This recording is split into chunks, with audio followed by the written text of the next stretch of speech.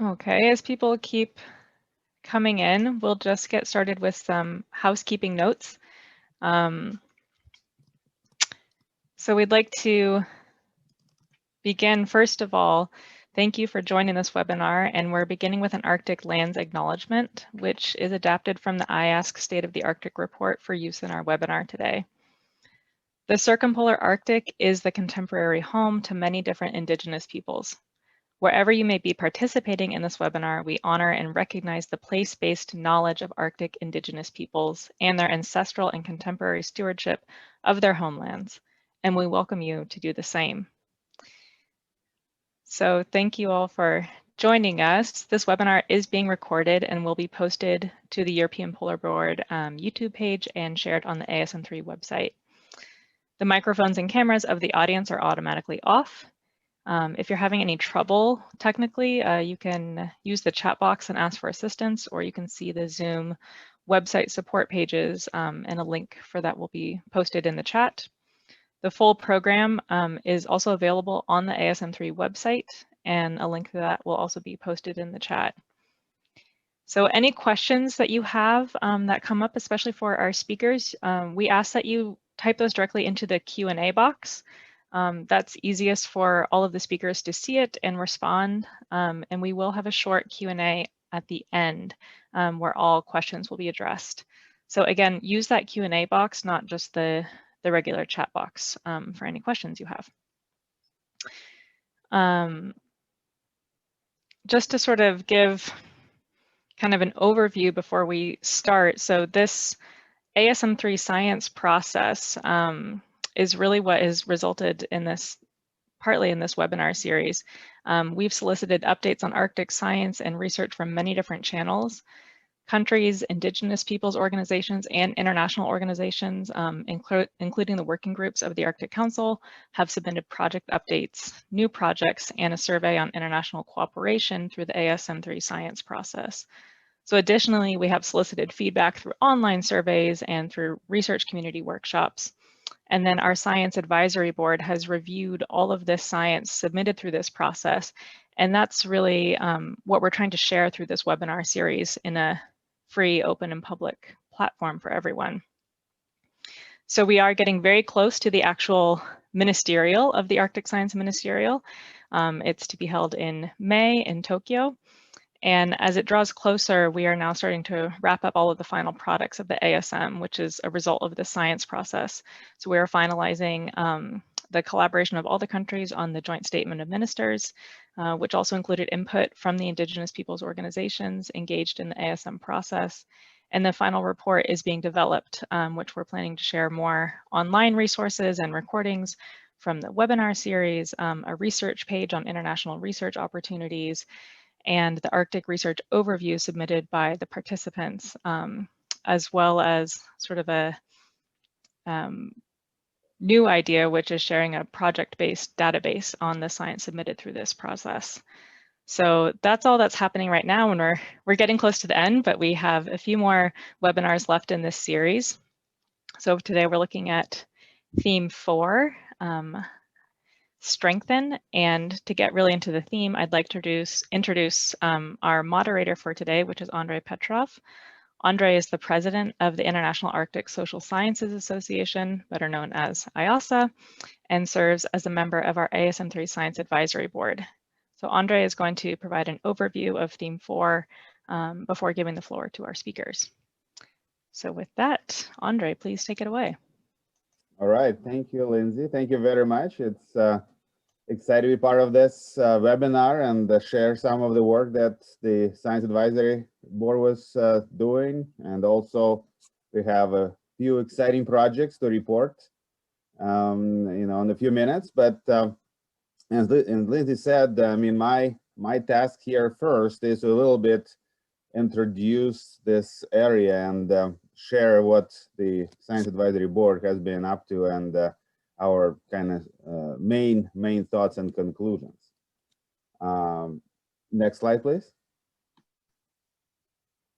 So strengthening Arctic research enterprise and strengthening our relationship with communities in the Arctic and outside the Arctic is, of course, a key component of anything that we do in this region.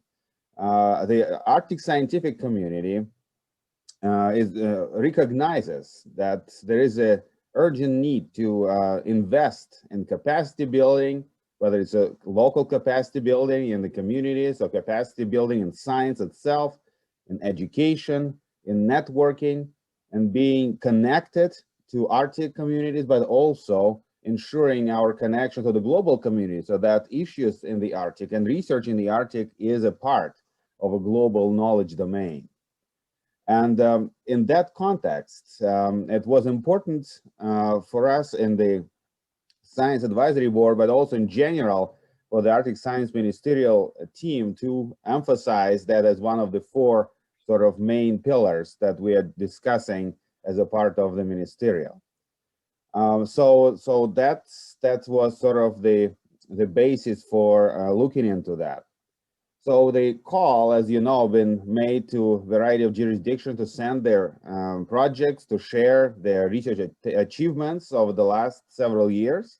So 20% of all submissions from more than 20 countries contained elements that would go to the strengthening local capacity, strengthening science capacity in developing the Arctic science enterprise in a way that advances its future. As you could see here in the bottom, there are some word clouds that pertain to what we received, from various countries, focused on a variety of locations in the Arctic, in various countries, but also having global linkages and encompassing a variety of subjects, a variety of disciplines, interdisciplinary areas, as well as activities such as education and training and things like that. So there is really a variety of things that we received and reviewed in order to understand how the Arctic science is investing in strengthening itself and communities it works in. Next slide. So the understanding that strengthening is an important element comes from the notion of capacity building is a key ingredient of success in Arctic research. So what are the main sort of areas where we find that this is happening? First of all, it's the encouragement and support knowledge holders and early career scientists that work in the Arctic and that will constitute the future of Arctic science in the decades to come. It's promote the image of Arctic as linked to people's lives, not only in the Arctic itself, but also around the world, and not as a distant or irrelevant place. And here, of course, the engagement of a variety of countries, which are, for example, Arctic Council observers, is important to make sure that we are really relating to the global issues, the global challenges, but also remain relevant globally with what we do. Building capacity and education for Arctic residents, including indigenous peoples, so that we invest in educational programs and processes that actually are inclusive of a variety of knowledge systems and that allow us to advance knowledge in various ways in those communities, but also make sure that educational systems are up to date and provide results that elevate all kinds of knowledges that exist in the Arctic. And in this case, of course, adapting research and education to include indigenous and local knowledge is a key element of strengthening our work in the Arctic. And I think that a lot of projects are contributing to it substantially. So that is very good.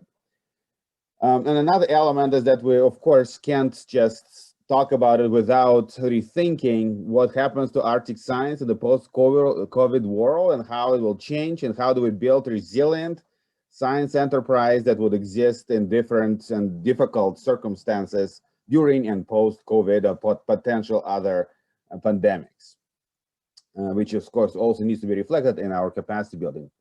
Next slide.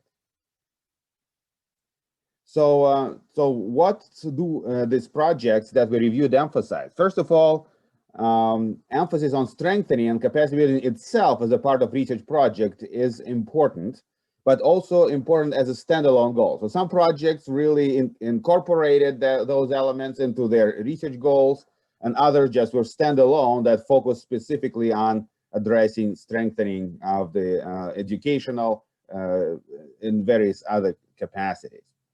Emphasis on early career scholars and students is very important, that we invest in those groups that really would drive science in the future. Emphasis on strengthening indigenous and local communities also was a separate focal area that we find in a lot of projects. Emphasis on indigenous knowledge system as a part of science and community capacity building. And as we see, about 27% of submitted projects incorporated some forms of indigenous knowledge engagement. So that was good, but I think it probably needs further improvement. And only 14% were community driven, so that's maybe something that we need to work further. But again, the progress is there, and the process is happening of making those projects are more inclusive of indigenous knowledge and community inputs. Emphasis on state rights, knowledge holders, and public engagement. Again, about 44% of all projects we received from various countries included outreach as a part of their activities, which is very important, of course, and various kinds of outreach to any of the groups that are listed. And of course, emphasis on education, but nonetheless, education was not as prevalent as at least I would have hoped. So only 5% explicitly included educational components. That is, of course, something, again, that we commend those who did, but maybe further improvement is needed, and further expansion of that would be important to secure that our scientific enterprise is societally relevant. Next slide. So I tried to kind of, well, we did develop, I guess, the number of key thematic areas in which strengthening has been shared with us as a part of those submissions, but I also tried to flag them with different colors, green and yellow. So green is where we have good progress, but we need to capitalize further on success, and the yellow where we have some progress, but more efforts may be needed. So, and that's all of this, of course, elements contribute to strengthening science in the Arctic in respect to building capacities, education, and connectivities. So I'll go quickly between those different topics. Next slide. So networking, collaboration, coordination, a lot has been done. I mean, there's some very well-known projects such as Interact, EU PolarNet, Forum of Arctic Research Operators, right, that provide those connectivities and coordination that are really needed for successful science operations in the Arctic. Other things like Fulbright Initiative, Arctic Frost, are more research networks that connect people across the Arctic with a variety of subject areas that allow us to maintain those connectivities that, of course, especially key in COVID times and will be in post-COVID times. How do we keep that, and how do we ensure that we capitalize on those networking, collaboration, and coordination opportunities? I think it's something for us to consider as we move along at the ministerial and past ministerial with our research plans. Next slide. Of course, part of this is conferences and meetings, and we are all facing new reality in that. Nonetheless, our Arctic science community has been successful in holding a variety of events, including Arctic Science Summit Week. Just was, a few weeks ago, just very recently, and then Arctic Observing Summit was held last year, and the International Congress of Arctic Social Science will be held in a few months by IASA. So we really are in a mode of continuing that, but we really need to reflect on how those new modalities for conferences and meetings are commensurable with strengthening our capacities locally, and with, of course, investment in our student and early career researchers. So it's really still, I think, the jury is out on how we handle that, but the good news is those activities are continuing, and I guess engage a lot of scientists and a lot of community members as well in their work. Next slide. Education and training, of course, is a key component of strengthening. And we have a growing recognition that education needs to be an integral part of science projects, although I just said a few minutes ago that it's not as prevalent as we would like to, at least I would like to. We do also have excellent entities in the Arctic that focused on education, such as University of the Arctic, or APEX, or Polar Education International, which we'll hear from a little bit in a few minutes. So we found that there are a variety of modalities in which education and training is completed, which would be short courses and field schools and workshops. We have a number of educational programs that span across nations, the bilateral, multilateral educational programs. And of course, a lot of countries invest in national higher education by developing innovative graduate and undergraduate degree programs, including in countries that are not Arctic countries, that are Arctic Council observers, for example, that actually have been heavily investing in that capacity. So I think that's important. Next, please. So the outreach component is also quite well represented. Again, there are a variety of projects that have been successful in reaching out to a variety of communities, be it stakeholders, right holders, knowledge holders, or general public, or policymakers as well, and such as rapid response assessment for coastal offshore permafrost, or climate issues concern report by AMAP that addresses recent development on climate indicators. There are things like Arctic Festival, for example, that makes connection between artists and scientists in the Arctic, in the Czech Republic, and kind of brings the relevance of the Arctic work into Central Europe, which is of course very, very interesting. As I said, a lot of jurisdictions outside of the Arctic 8 countries also hold various events. So Singapore and Japan, for example, hold regular events that inform and engage members of the public and students and academics with Arctic research. So that's of course also important to make sure that we are relevant around the world. Next slide. And science capacity and resources. In the last few years, we have a variety of new or updated products that have been published or are emerging, including the Polar Resource book that we'll hear about in a few minutes, but also State of Arctic Science 2020 and 2021 is being finished as we speak, that IASC is putting out to inform us on various accomplishments of Arctic scientific enterprise. EduArctic is another capacity and resource, I guess, capacity building resource that we hear from in a few minutes. EduArctic is developing one-stop shop for Arctic knowledge that will bring together various types of information and knowledge in single infrastructure. So really, there's important processes that go here in shoring up and consolidating resources and developing synergies to support science capacity. Next slide, please. But there are still areas to improve, and funding is one of them, I think. We do have national programs that are working to strengthen capacity and, where possible, facilitate exchange, co-funding, and collaboration, but still there is some mileage to be crossed, right, to improve international coordination in that area and better connect research funding and local capacity building. So two things. One, we need to develop ways, or more strengthening, I guess, the ways in which we coordinate funding across jurisdictions. But on the other hand, how do we make sure that this funding is actually invested in and supports local capacity building? We've had success in the last few years. There are multilateral and bilateral coordination between funding agencies in Europe and other jurisdictions. We have very strong national programs that invest in Arctic science, including Navigating in the Arctic in the United States. Of course, Horizon 2020 has been going on for a while. There's programs in a Dutch program for polar tourism in Japan. We have JARCnet, the ProPolar in Portugal.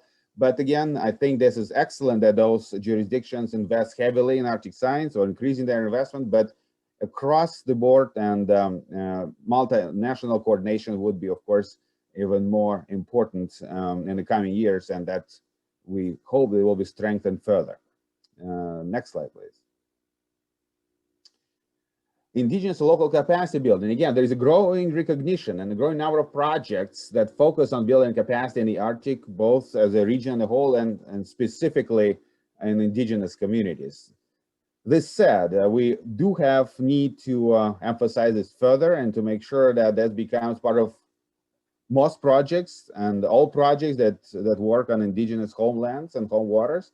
I think that's really important that we advance that progress that we achieved. Yes, we did have very important processes completed. UArctic and IASC, for example, are working on indigenizing their activities. IASC had the Arctic had the indigenous engagement action group and had recommendations done. For example, we have various networks are emerging, actually as a part of the COVID, like IVAN, that connects various jurisdictions, the artists, indigenous artists and crafters, various jurisdictions. In Canada, of course, and we'll hear in a few minutes, has major developments, both on the side of the government and science enterprise, but also, of course, from the Inuit community that developed the National Inuit Strategy on Research we'll hear in a second about.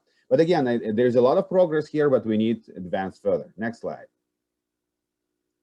And infrastructure and data. Yes, more research infrastructure is created. However, we need to further investment to ensure that this infrastructure is locally embedded, resilient, and actually develop science operations that are resilient to various changes, that are also investing in local capacity, as I said. So, so basically what we see is that we have centralized hubs that have been emerging in the last few years, new field station icebreakers, and data infrastructure. There are three major elements. Again, we have advancement in all of them, but again, some of this has to be rethought probably in the coming years in respect to COVID and other changes.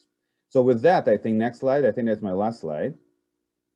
Yes, with this slide, I guess I tried to share with you some of the thoughts that the strengthening submissions that we received brought up, and I think that's important that we continue to invest in that area. But now we have a unique opportunity to hear from specific projects that we reviewed and that represent some of the components of that strengthening that we just discussed. So the first presenter is Agata Gozdzik. I hope I did it right. And she will talk about EduArctic, an innovative education program attracting young people, natural science and pole research. She's from Poland and represents the Polish Academy of Sciences. Good afternoon. Yes, my name is Agata Gozdzik, and my institute was honored to coordinate the EduArctic project. The project was financed by the European Commission within Horizon 2020 program, and it started in 2016 and officially ended in 2019. However, we have managed to successfully provide some follow-up for network and community that we developed during the project. So next slide, please. I will explain a little bit about the project and the ideas and the objectives. So the idea was, of course, to present the Arctic region and polar science as a vehicle to inspire interest in STEM, science, technology, engineering, and mathematics in secondary schools. So we were collaborating with teachers and students aged 13 plus, and we were offering a complex program of online lessons and other activities using the Arctic research as inspiration. We also wanted to establish links between research and education, and we wanted to bring the Arctic closer to societies living outside the Arctic. So the idea was to raise awareness about the region, also about the challenges it faces in terms of climate change, other challenges that we are facing now. Next slide, please. So we were collaborating in 6 partners organizations. We were coordinating the whole consortium, but we had partners from Iceland, Faroe Islands, Norway, and partner from Poland and France. And we were offering also online lessons directly from Arctic research stations. The 4 stations that are mentioned here were providing information and materials, educational materials for schools. Next slide, please. The whole program had 5 components. The most popular, the most important one was online lessons. And these were lessons, virtual lessons by experts, quite often directly from the stations. As we started in 2016, this distance education was not popular at that time. So it was something extra for schools. At the moment of COVID time, it's a new reality. The online lessons were dedicated to STEM topics, but also to some social sciences. So it was not only science classes. We also developed Polarpedia. This is an online encyclopedia dedicated to polar issues. At the moment, we have more than 600 terms. Many of them were translated to 17 languages. So not only the languages of the consortium, but also additional languages, thanks to the help of teachers who wanted to voluntarily develop this tool further. We also had a monitoring system dedicated to environmental observations, mainly focused on meteorological measurements, but also some phenological observations in the vicinity of schools. Arctic competitions were a chance for students and teachers to win a trip to the Arctic, to some of our stations working in the project. And we had some training for teachers who were involved in the project. Next, please. We were very happy to see how many teachers registered for the program. So we had at the end of the project, we had more than 1,200 teachers. However, as we succeeded with developing it further, the network of the community of EduArctic teachers is still growing. And at the moment, we have almost 2,000 teachers and educators from more than 60 countries. So this is sorry, next, please. So this is a great community that is still developing. And as I mentioned, we have this opportunity to follow up with the project, and thanks to EEA grant that we received together with a Norwegian partner, we are developing EduArctic 2, so the program that offers online lessons, but also some educational packages that are freely available online. And we are still getting new teachers interested and involved in the program. Thank you very much.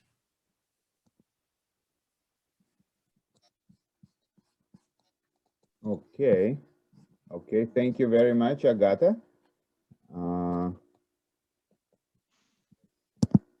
Okay, just a second.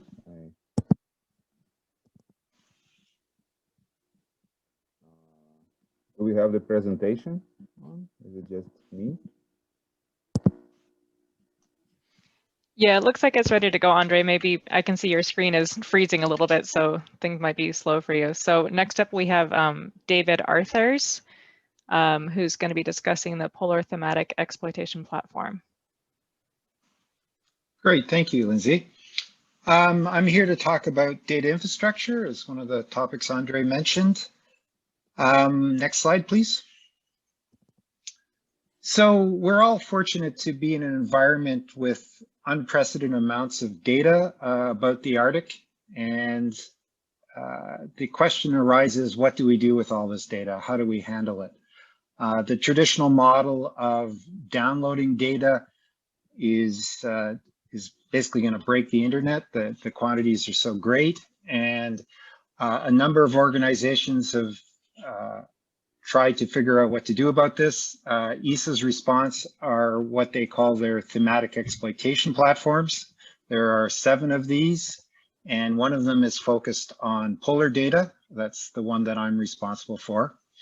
So a thematic exploitation platform is a virtual research platform that brings together the data, but also computing power, storage, and analysis tools that are appropriate for a certain thematic area. These capabilities, in addition to the problem of downloading large amounts of data, these capabilities are of a degree of power that users might not otherwise have access to. Next slide, please.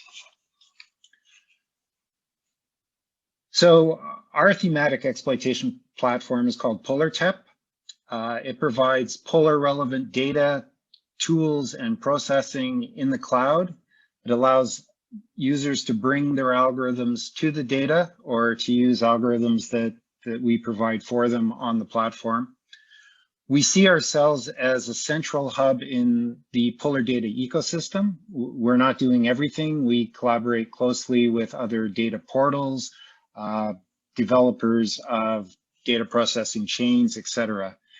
And we provide access to very large amounts of data. Currently, we're looking at over 15 petabytes of Earth observation and other types of polar data. Next slide, please. So we're here to help the polar community. We help them in addition to providing software and hardware. We provide data management services and advice. We help foster international collaboration. And we're very much focused on topics such as safety of life, supporting northern communities, and of course, helping support environmental understanding and protection, and particularly to do with climate change. We divide our user communities nominally into three areas. The operational community, probably the best example of this are the National Ice Services and use of sea ice information in marine transportation. The science community, which covers a very wide range of topics. And an important part of that is training the next generation of researchers. And of course, northern residents who live and work in the Arctic, we help them adapt to climate change and pursue traditional ways of life. Next slide, please. So just three quick use cases to give you a sense of what people do with our platform. This use case is the International Ice Patrol, who provide iceberg information in the North Atlantic. This example is where they used our platform to help U.S. Coast Guard cutter transit the Northwest Passage. Next slide. An example from the science community, the Geological Survey of Denmark and Greenland has been using the Polar TEP site to process very large amounts of optical Earth observation data to develop albedo products, principally in Greenland, but also in some of the other Arctic islands. Next slide. And finally, an example from northern communities. For a long time, we've been providing fast ice information to Arctic hunters, and increasingly we're looking to automate that process. And so we're doing some pretty sophisticated analysis of synthetic aperture radar data to develop the flow edge line. Next slide. So in conclusion, we work collaboratively with a large number of organizations. Here are some examples. We'd be happy to hear from you and talk about how we can work together or how we can help to meet your needs. Thank you. Thank you very much, David. I actually don't see any screen, but I could continue based on my notes here. So our next speaker is Lyubov Zarubina from the Northern Arctic Federal University. She will tell us about excellent project Arctic Food Innovation Cluster. Thank you, Andrey, very much. It's my great pleasure to welcome you all from the Russian Arctic, the city of Arkhangelsk, and present you briefly Arctic Foods Innovation Cluster project, its goal and its ongoing activities. So the first slide, please. So AFIC is a jointly appreciated initiative of Canada, University of Saskatchewan, and the project leader, Professor David Nature, of Russia, Finland, Iceland, Norway, and Arctic Indigenous organizations. So the project is built upon previous activities, and its second stage up to 2023 has been endorsed by the Arctic Council Sustainable Development Working Group as a very demanded action in addressing the issues of achieving food sustainable systems in the Arctic. So despite that Arctic today is recognized as a site of great economic potential, for local, small and remote communities, food systems development is really challenged by a number of factors, including environmental, logistic, economic, social, educational, etc. So achieving sustainability and investing into innovative food production requires capacity building, collaborative actions, and food policy formulation grounded on interdisciplinary research. So the AFIC project is mission to contribute to achieving these tasks with its main aim to respond to complex challenges by drawing together Arctic local food producers with governments, indigenous communities, academia, business, and the young researchers for finding solutions for developing of novel food products and regional economic development based on the cluster approach. A number of countries they are engaged in different parallel and integrated projects within the such key activities as creating value chains, supporting indigenous food entrepreneurship, creating new products, and developing management strategies to increase the resilience of local food systems. So the next, please.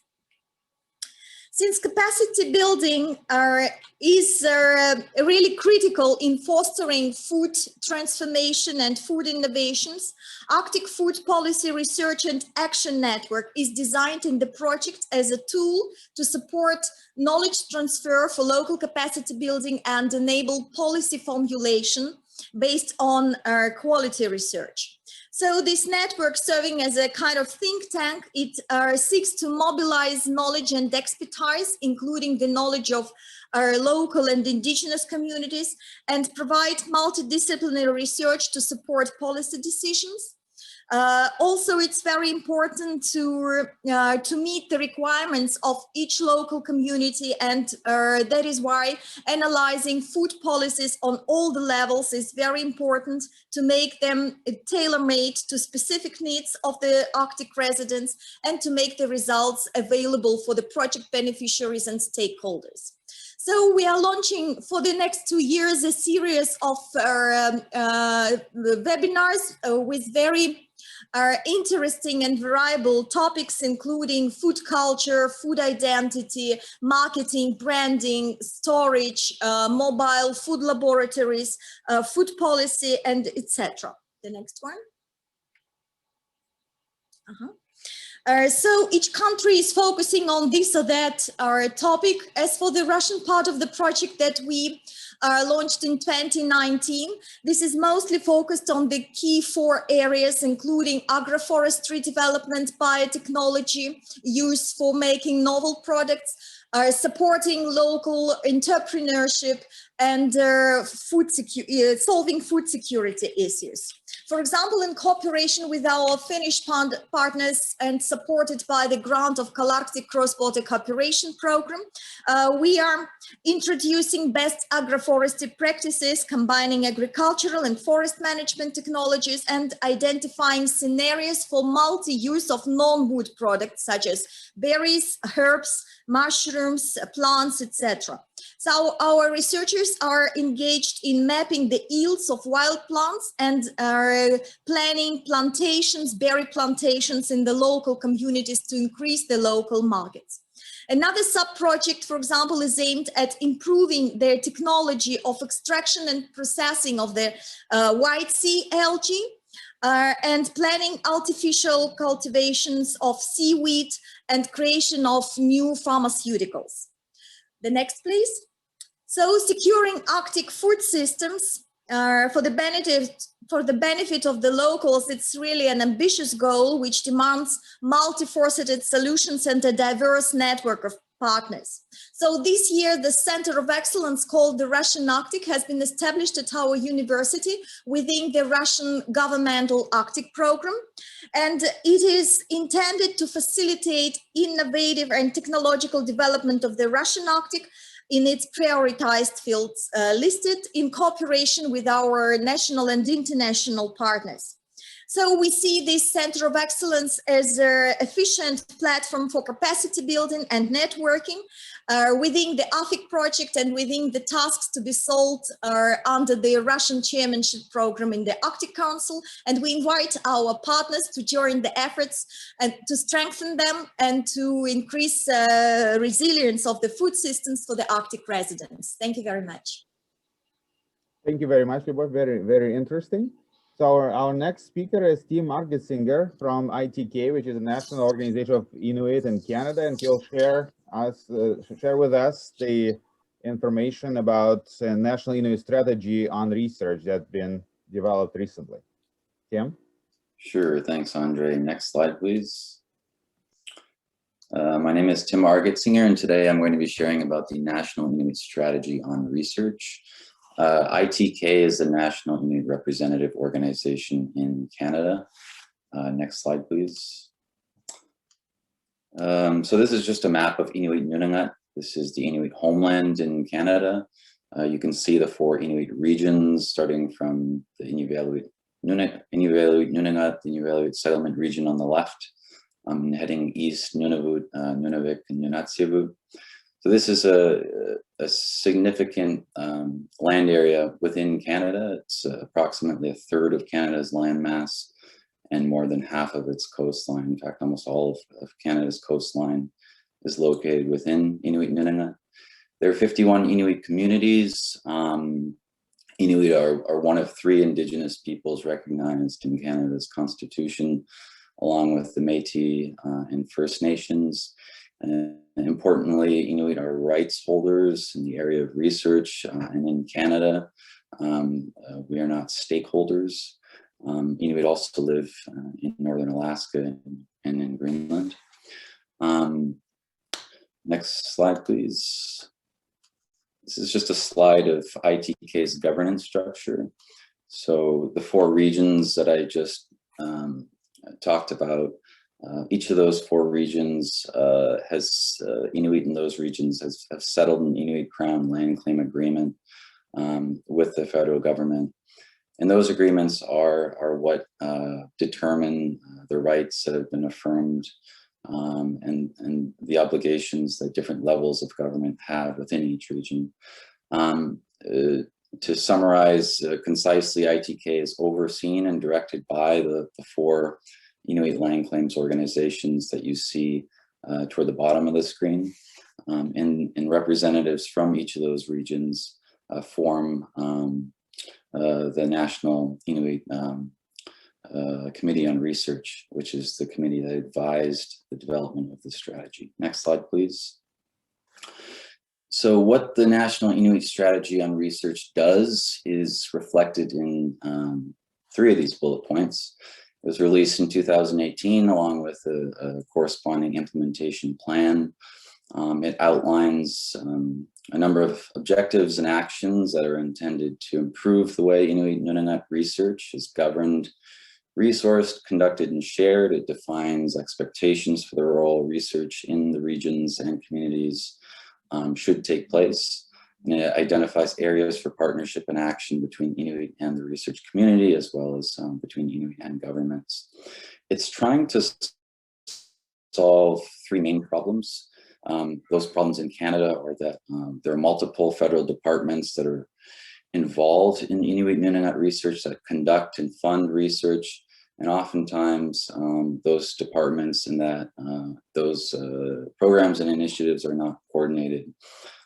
It is also trying to improve the cost effectiveness of research investments in Inuit Nunangat and in Inuit communities, such that those investments create value for Inuit and for the majority population that live in our communities. And finally, there's a need for governments, research institutions, and researchers to respect and support the right of Inuit to self-determination in all aspects of research. What that means, Inuit self-determination research is put into action when Inuit representational organizations are engaged as partners in setting the research agenda and have equitable opportunities to access funding for Inuit-led research, and are engaged as partners with researchers in the design, implementation, and dissemination of research. So next slide, please. Just quickly, these are the 5 priorities for action that are identified in the strategy. Just pause for a second so that you can absorb them. Next slide. So this infographic is taken from the strategy, and it reflects where Inuit in Canada want research to go. This is reflective of a vision of Inuit Nunangat research that moves our role from the position of stakeholders to rights holders, that results in equity, visibility, and control over different aspects of the conduct of research. Next slide, please. So this is I wanted to focus on this slide. This is this slide reflects some of the ongoing work that is taking place to actually implement the strategy. It has been challenging to secure federal engagement in resourcing and supporting the implementation of the strategy's objectives and actions. There are 19 objectives and 27 actions. There have been some really positive developments that have taken place in the last few years. The regions that oversee ITK have used the strategy to advocate and leverage for policy changes within their regions, as well as the development of their own research protocols and activities. Other positive changes include bilateral relationships that have been brokered between Inuit and different federal departments, including through work plans that have resulted in funding, capacity building for Inuit, as well as partnerships between federal departments and Inuit, as well as potentially with other countries on the development of international research programs, as well as domestic research programs. So next slide. In conclusion, looks like you have in conclusion, Inuit are playing an active and dynamic role in the conduct of research in Canada and have an active interest in all aspects of research. I think there's been a tendency in the last couple decades to pigeonhole Inuit and other Indigenous peoples into certain segments of research, including the area of Indigenous knowledge. This strategy really is trying to change that and has resulted in some concrete positive measures that really are causing, I think, federal departments and agencies, as well as universities and researchers to catch up to where some other jurisdictions have headed when it comes to respecting and supporting the rights that Indigenous peoples have in conducting research and in supporting research. So with that, thank you, and I've appreciated the other presentations so far. Thanks. Thank you, Jim. That's, of course, a very pioneering work that in other jurisdictions should be looked very carefully. So our last speaker of that segment is Julia Dooley from Polar Educators International, and she'll share information about their activities, please. Thank you. PEI is very grateful for the opportunity to be here with you. Next slide. Founded in 2012, Polar Educators International, or PEI, was created by dedicated members of networks formed during the International Polar Year as a direct outcome of the Montreal Conference under the theme, From Knowledge to Action. Next slide. By leading dialogue and collaboration between educators and researchers, PEI aims to highlight and share the global relevance of the polar regions. Next slide. PEI represents all who work to inspire appreciation and build knowledge of the polar regions, their connectedness to all Earth systems, and their importance to all humans across latitudes and cultures.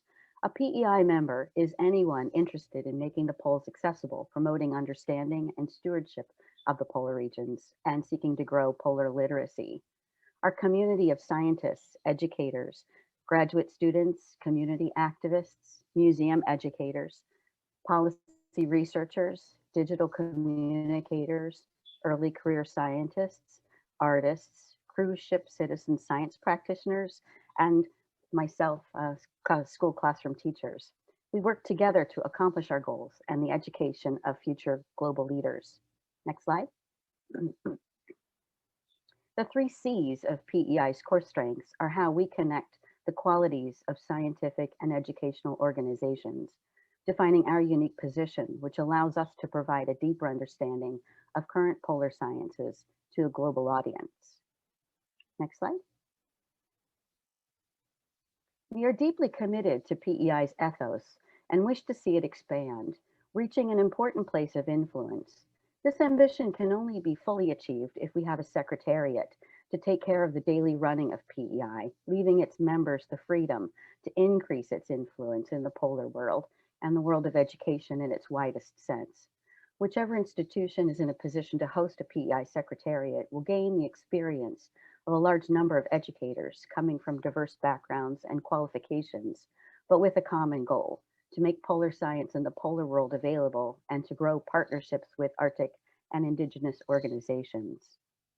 Next slide, please. PEI works with partners to support and connect people within and outside of the Arctic. As a community of practice, polar educators support and learn from one another. Given the means to build capacity, we connect an essential, stable, and trusted network contributing to Arctic research, providing platforms for exchange of good practice and professional development for researchers and educators. Next slide. A firm administrative base will enable PEI to achieve another goal, using its connections to keep Arctic literacy up to date and relevant, and to take the concept of polar engagement and education upstream in the Arctic science process. This can be accomplished by building goals into research proposals that include community members and learning opportunities in fieldwork, data collection, and more diverse publishing and engagement activities. PEI believes that polar educators and learners have a role to play in all of the ASM3 themes: observe, understand, respond, and strengthen. Next slide. We have submitted 3 deliverables for the project. Andrey mentioned the first one, thank you. We propose to share an updated digital version of the Polar Resource Book with our partner organizations. This work is in progress. We're about halfway, well, beginnings, and now reaching out and seeking new funding opportunities to start working on some of the work of the new book. They'll provide easily accessible tools to strengthen teaching and communication of important Arctic science. Next deliverable is our, next thing, thank you, Iceland 2022. It was supposed to be 2021, but of course with our current situation, we have put that off a year. So we're going to have our next 5th international conference to Hofen, Iceland, with themes focused on polar education, relevant to knowledge for sustainable Arctic, offering a direct opportunity for 50+ participants. In the meantime, we will host a full table of online events to build interest and excitement. Our first event will be our lesson in Icelandic, so I can learn how to pronounce this word. That will be happening later this month. Our events will be running from April through mid-October, leading up to our in-person conference sign-up time. We've got a little something for everyone. The second event will be a virtual walk to connect the miles from our previous conference in Cambridge, UK to Hofen, Iceland, so 2,000 miles or so. We've got some great other things coming up. Little something for everyone. Next slide. Our third is a global conversation. It's going to be a network weaving opportunity based on a concept of a world cafe to bring conversations to the table that address identified gaps and barriers encountered in the strengthen theme. Big on the list was inclusivity and upstreaming education, building resilience in the Arctic. So we'd like to invite people to be part of that table conversation. So you can find more information about that on our website coming up. Thank you. Thank you, Julia, very, very much. A very interesting presentation and very interesting activities.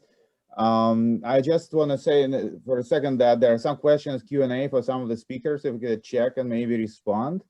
But we have very few minutes left. So our next speaker is Henry Burgess, who will talk about recommended actions for strengthening Arctic capacity building, education, and networking as a part of the Arctic Science Ministerial Science Advisory Board work. That's great. Thank you very much, Andrey. Thank you. And thank you to all our speakers. Next slide, please.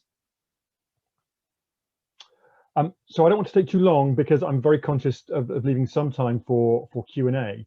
But I'm also very conscious that our theme 4 here, strengthen, is really one of the most important areas of ASM3.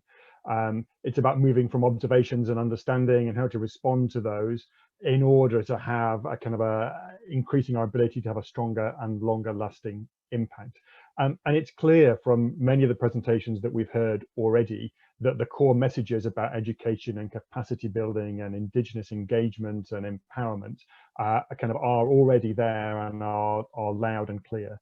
The key is to continue to develop those ideas and combine them with practical action in full partnership and with co-production wherever we possibly can. So the key to ASM3, as with the other two, is to make sure we have actions coming out of it, and that's why these webinars are so important, and all the collective efforts that you've made so far are so important as well. Next slide, please. So I wanted just to kind of bring out some of the areas that it looks like are going to be part of the recommended actions. And one of those is making sure that those most affected by change, including Indigenous and local communities, are able to take the lead in identifying research needs in the kind of way that Tim was talking about with the national Inuit strategy on research. And not only are they involved in that work, but they are equal partners in delivering the work. I suspect there will be a range of recommendations around understanding and recognizing the positive impact that research with education and outreach at its center plays, which recognizes the different forms of knowledge and skills, and which particularly supports the next generation, and the impact that will have on Arctic science as a whole. I suspect there will also be recommendations around kind of expanding some of the creative and practical solutions that we've heard about in this session, bringing together educators, local communities and researchers in reaching out beyond their usual networks, and particularly in including educators early in the planning for research projects. I think there will be recommendations around appreciating, respecting difference, about how to build influential teams, and then reaching new audiences in the Arctic and beyond. And that will end up with, we will have more respectful and empowering partnerships that fully include Indigenous and local researchers, that involve co-production, as Tim was talking about, that produce new knowledge, and where challenge is fair and welcome, because this isn't an area where we're seeking to avoid challenge, but where we want to find a kind of positive resolution to challenge and recognize that challenge is part of the research process. And will take us somewhere better and different. Thank you. Next slide, please. So this is the final slide. I just wanted to say kind of 4 final things. In terms of building capacity, there will be recommendations that recognize the links with physical and social infrastructure. So we know that in northern communities, these physical and social infrastructures are not there in the same way that they are in the global south. And so making sure we recognize that and respond to that will increase capacity and education impact in the future. Focusing on education, including education outreach as core elements at the design stage of research programs with resources, attention and scrutiny. creating these positive networks wherever possible, encouraging and recommending funding of international opportunities and participation in major co-developed programs for early career researchers, Indigenous people and local communities. So really bringing together these big projects, but with local connections. And then growing resilience. So recognizing, as I've said already, that working in these new ways will be challenging. Not everything will be successful. We're trying to do something different. And so there will be some ways in which we need to learn and challenge ourselves. But that will mean in the end that the impact of the work, its longevity and its wider influence will be greater. So I hope I've given you a sense of where we may see some of the recommendations that come through from the Arctic Science Ministerial process. And thank you to you all for your contributions to that. Thank you. Thank you very much, Henry. I think, I'm not sure how well we're doing on time. I think we're kind of past our time. Is it, Lindsay? Yeah, we're just at the end here, but yeah. Yeah. So there are a few interesting questions, I think, but I don't know whether we have really time to respond. I think there's a question for David and for Henry and myself, and maybe would encourage people to respond via email or, I mean, one lively discussion talking about pedagogical component, whether there is actually educational projects that are not just outreach projects or dissemination, but actually pedagogical projects. And I think that's something that is less prevalent that we would like to. So I guess there is Diane and Julie talking about it. But yeah, I mean, I think other questions we could just handle through email. Is that, Lindsay, what we would do? Yeah, I think, I mean, it looks like most of the questions have been answered by the panelists sort of in the chat, except we have one that looks like Henry is answering now. Yeah, I think Henry, if you could answer those, yeah, excellent. Yeah, so that's great. But other than that, I think it was excellent set of presentations. I mean, again, we are out to strengthen the strengthening of Arctic Science Enterprise. I think that's part of the charge of the even Arctic Science Ministerial itself, to bring the strength and to emphasize those elements, because of course what we do in the Arctic is focused on developing capacities. Otherwise, neither science enterprise nor our communities will be able to exist successfully and adapt to changing social and economic conditions. So I think that's why further strengthening is so important to pursue.